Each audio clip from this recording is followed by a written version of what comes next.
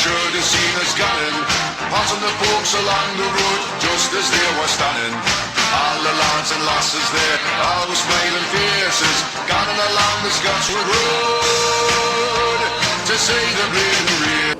Welcome to another old Geordie Geezer review of all things Newcastle United for the fortnight up to the 22nd of January. Since we last chatted, we've drawn with Birmingham, beaten Brentford, beaten Birmingham in the replay, and last night, after a pretty dire first half, we ended up thumping Rotherham 4-0. So after the Christmas rush of doom and gloom, we're now on an unbeaten run of 4 games. So as they say, everything in the garden, or should that be everything in the park, is now rosy. It's nice to keep a clean sheet, but I have to say, our defence still makes me cringe. A few years ago, I used to compare Newcastle's defence to a shoebox full of those little wind-up penguins that just kind of waddle around all over the place, running around in circles, bumping into each other and falling over. And I still think that's relevant today. Never mind midfielders and forwards, get the defence sorted out. We're losing too many points on stupid goals. It's all very well here in the Championship, where the opposition's attack isn't good enough to take advantage of it, but once we move up to the Premier League, we'll get murdered. So what about Darlow's little brain fart then? That was comedy of the highest class, wasn't it? As an ex-goalkeeper, the only thing I'd criticise him for is the fact that after he'd let the ball go, he stood there and watched for 2 or 3 seconds. He didn't get straight in there. And when he finally did move to go straight in there, he sprinted into the box, he got tripped over by the defender, he happened to have his hand sticking out, fell down to the ground with his hand sticking out and the ball hit his hand. I mean, it's just absolutely classic comedy. But having said that, as a goalkeeper, your job is to stop the ball. Don't care if you do it with your elbow, your nose or your arse. A save is a save. He's a young lad, he'll get over it. It's amazing how as fans we can slag players off when they haven't had a chance to prove themselves. It's not that long ago we got Darlow and Lascelles from Nottingham Forest and gave them straight back, and the fans are going, oh, well, what's the point of that then? It appears to be a pretty good move now, doesn't it? And then you've got Rob Elliott, who spent how many months sitting on the bench, couldn't get past Crow, and everybody said, who is this joker we've got from Charlton? Nobody knows anything about him, he can't be any good. And the latest one to suffer the fans' misinformed wrath was Daryl Murphy. What's the point of buying this 32-year-old has-been? He's no use to anybody. Excuse me. I've always said that we spent too long looking for a forward who can score 20 goals when we should be looking for 5 players who can score 10. Do you think we've finally done it? Now there's lots of things I just don't get. Soap operas and reality shows. What would you rather do?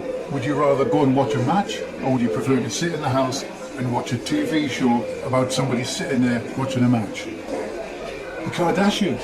I don't get the Kardashians. More of a freak show than anything else. And what about Donald Trump? I can only imagine that 62 million Americans thought that they were taking the piss when they went out and voted for him. But another thing that I still don't get after all of these years is the Newcastle United fans' fascination with all things Ameobi. If it wasn't professional football, I'd say it was like that thing in the schoolyard, you know, when you're picking teams and you've always got this kid that's left at the end that nobody wants. And then the reaction you get from all the players around when he actually scores the winning goal. I'd say it was like that, but it's professional football, it can't be like that, so I just don't get it. I used to work with a lad from Devon, and he used to say you can always tell if somebody's really from Devon by asking them to say the word mirror.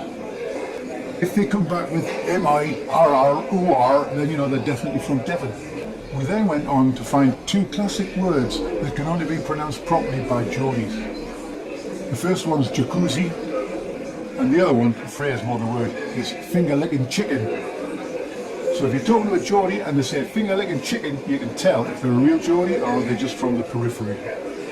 And after everything I've said, I think you can add another one to that, Sammy Ameobi. A few years ago we had 2 dogs. One of them had difficulty standing on her feet, while the other one wasn't too bright and used to wander around bumming into walls, furniture, that type of thing. They were called Shola and Titus.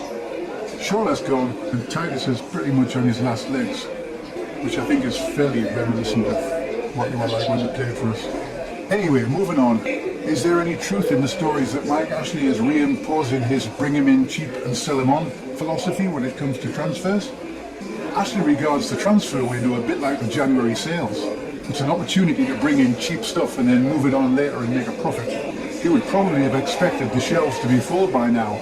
But as we haven't brought any new stock in, he's got now to flog on. So he's probably just turned around to Benitez and says, for God's sake, bring something in that I can sell. I don't think Ashley would risk pushing Rafa too far because he wouldn't want to lose him. But there again, when you're getting the kind of pay that Rafa's getting, you're willing to take quite a bit of shit.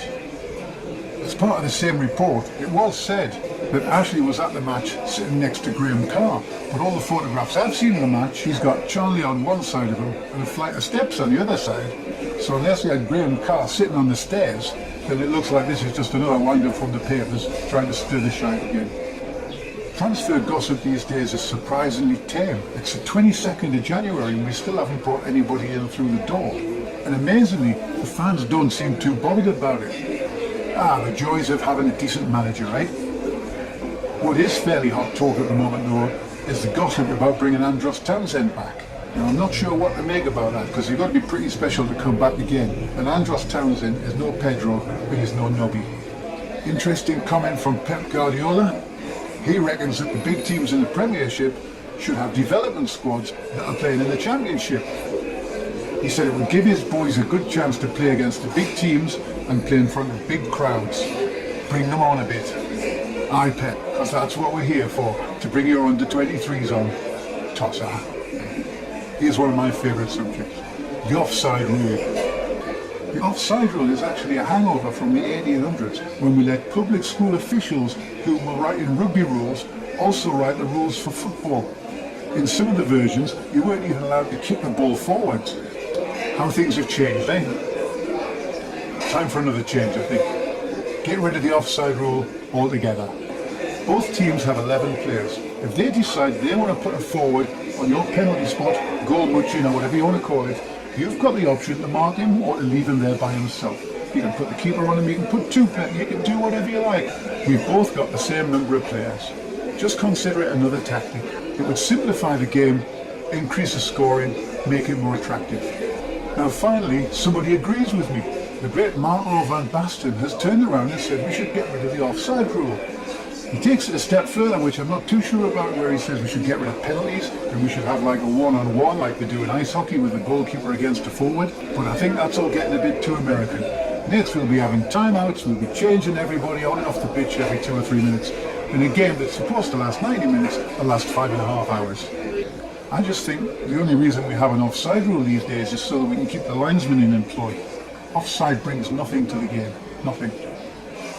Now Rafa's been telling us that he's been expecting breakthroughs in the transfer market in the next few hours for the last 2 weeks. So as I'm going to sign off now saying that nothing's happened, I can guarantee that by tea time today we'll have 3 full internationals signed up. Well, this has been the old Geordie geezer doing his news roundup for the fortnight up to the 22nd of January. Cheers and ta-ra. All the lads and lasses there, always smiling faces, coming along the Scotswood Road. This ain't a bleeding